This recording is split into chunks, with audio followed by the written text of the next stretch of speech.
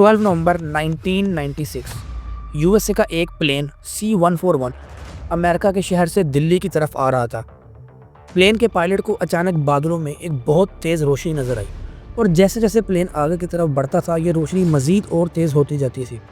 लेकिन जैसे ही प्लेन थोड़ा और आगे की तरफ जाता है तो अचानक आग के दो बड़े गोले आसमान पर नज़र आते हैं जो ज़मीन की तरफ गिर रहे थे। पायलट ये सब कुछ दिल्ली के एयर ट्रैफिक कंट्रोलर रूम को बताने के लिए इनसे रब्ता करता है। एयर ट्रैफिक कंट्रोलर रूम में उस वक्त वीके दत्ता मौजूद थे, जो कि ऑलरेडी पहले ही दो प्लेन से कांटेक्ट करने की कोशिश कर रहे थे, लेकिन इनका किसी भी किस्म का कांटेक्ट नहीं हो रहा था।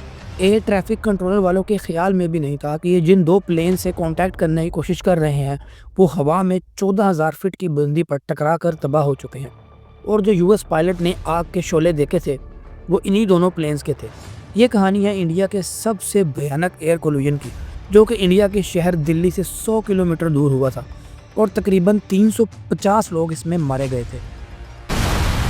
भारत के सबसे व्यस्त एयरपोर्ट्स में से एक के बाहर शाम के समय आसमान लपटों से घिर गया। बादल जैसे जल रहा था, गर्मी हम तक पहुंच रही थी।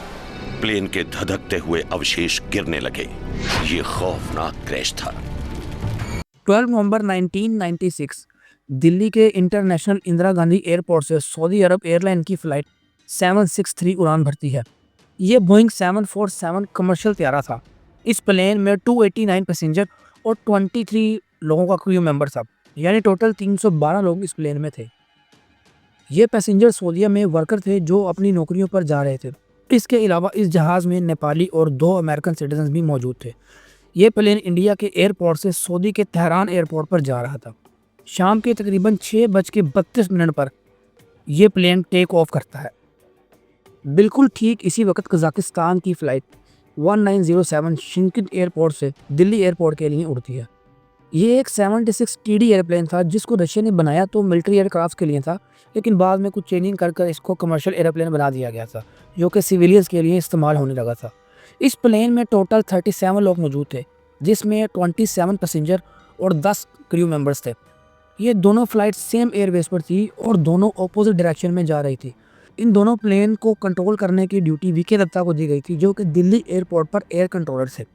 इनका काम ये था कि दिल्ली एयरपोर्ट के 110 किलोमीटर के रेडियस में आने और जाने वाली हर फ्लाइट को कंट्रोल करना। टेक ऑफ के बाद ही दोनों प्लेन अपने अपने अल्टीट्यूड पर उड़ने लग जाते हैं। सऊदी जाने वाले प्लेन को 10,000 फीट की ऊंचाई, जबकि कजाकिस्तान वाले प्लेन को 15,000 फीट की ऊंचाई पर प्लेन को उड़ाने की इजाज़त मिल जाती है। ठीक 2 मिनट बाद ही दत्ता सऊदी प्लेन को 14,000 फीट की बुलंदी पर उड़ने की परमिशन दे देते हैं, लेकिन सऊदी प्लेन वाले जहाज़ के पायलट मज़ीद और ऊपर जाने की परमिशन मांगते हैं, लेकिन दत्ता इनको परमिशन नहीं देते, क्योंकि दत्ता को पता था कि बिल्कुल इसी के 1000 फीट ऊपर कजाकिस्तान वाला प्लेन उड़ रहा है। 1996 में जहाज़ में किसी भी किस्म का कोई भी ऐसा रडार मौजूद नहीं होता था जो कि पायलट को बैठे बैठे ये बता दे कि इस प्लेन के आसपास कोई और प्लेन भी उड़ रहा है। जबकि आजकल के दौर के अंदर ऐसा होता है कि पायलट को सब कुछ नज़र आ रहा होता है कि मेरे एयरवेज के अंदर कितने जहाज़ उड़ रहे हैं। इसी वजह से उस वक्त के पायलट्स को एयर ट्रैफिक कंट्रोल में बैठे इंसान पर ही डिपेंडेंट होना पड़ता था।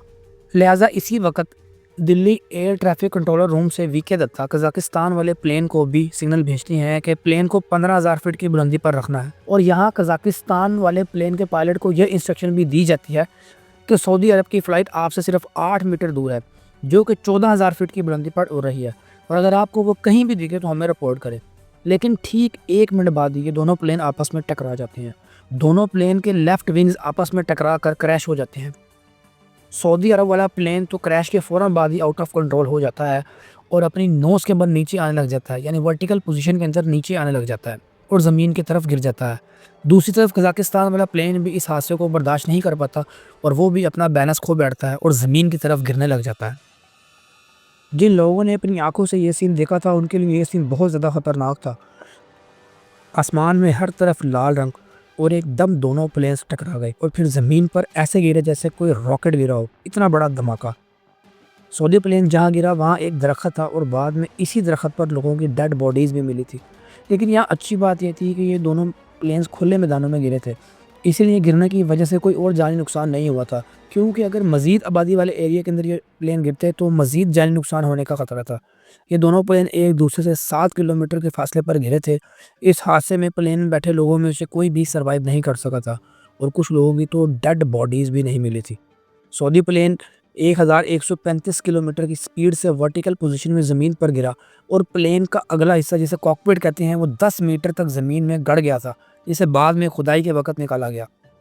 लेकिन अब बारी थी इन्वेस्टिगेशन की कि पता लगाया जा सके कि आखिर दोनों प्लेन आपस में टकराए क्यों।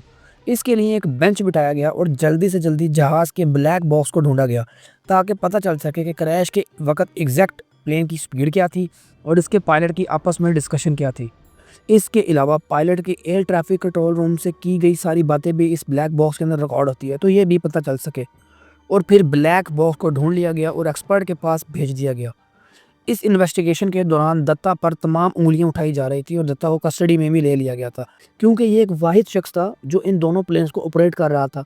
लेकिन इन्वेस्टिगेशन के बाद ये मालूम हुआ कि दत्ता ने अपना काम बिल्कुल ठीक तरीके से किया था और दोनों प्लेन्स को इंस्ट्रक्शन भी बिल्कुल ठीक दी थी। अब चूंकि दत्ता सिर्फ ट्रैफिक कंट्रोल रूम के अंदर बैठे सिर्फ प्लेन्स को देख सकते थे, उनका स्पेसिफिक अल्टीट्यूड नहीं मालूम होता था, क्योंकि उस वक्त में जो ट्रैफिक कंट्रोलर के अंदर रडार मौजूद होता था उससे सिर्फ ये पता लगता था कि प्लेन जो है वो रडार्स के अंदर मौजूद है, लेकिन ये नहीं पता लगता था कि इनका एग्जैक्ट अल्टीट्यूड क्या है।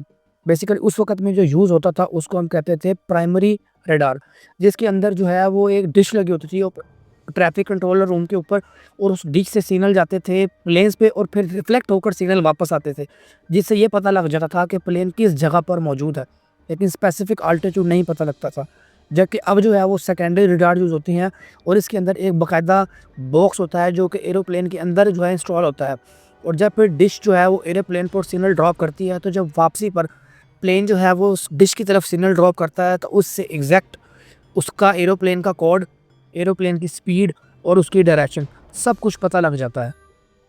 हर कोई फ़िलहाल यही समझ रहा था कि ये हादसा जो है वो दत्ता की वजह से हुआ है, लेकिन इन्वेस्टिगेशन के बाद तो रिज़ल्ट कुछ और ही निकला। इन्वेस्टिगेशन के बाद पता ये चला कि ये हादसा कज़ाकिस्तान के पायलट की वजह से हुआ है, क्योंकि सऊदी प्लेन जो है वो अपने स्पेसिफिक ऑल्टीट्यूड पर जा रहा था जो उसको इंस्ट्रक्शन दी गई थी 14,000 फीट, लेकिन जो कज़ाकिस्तान का प्लेन था वो अपने अल्टीट्यूड से सीधा नीचे की तरफ आ रहा था और इसी वजह से ये दोनों प्लेन आपस में टकरा कर तबाह हो गए।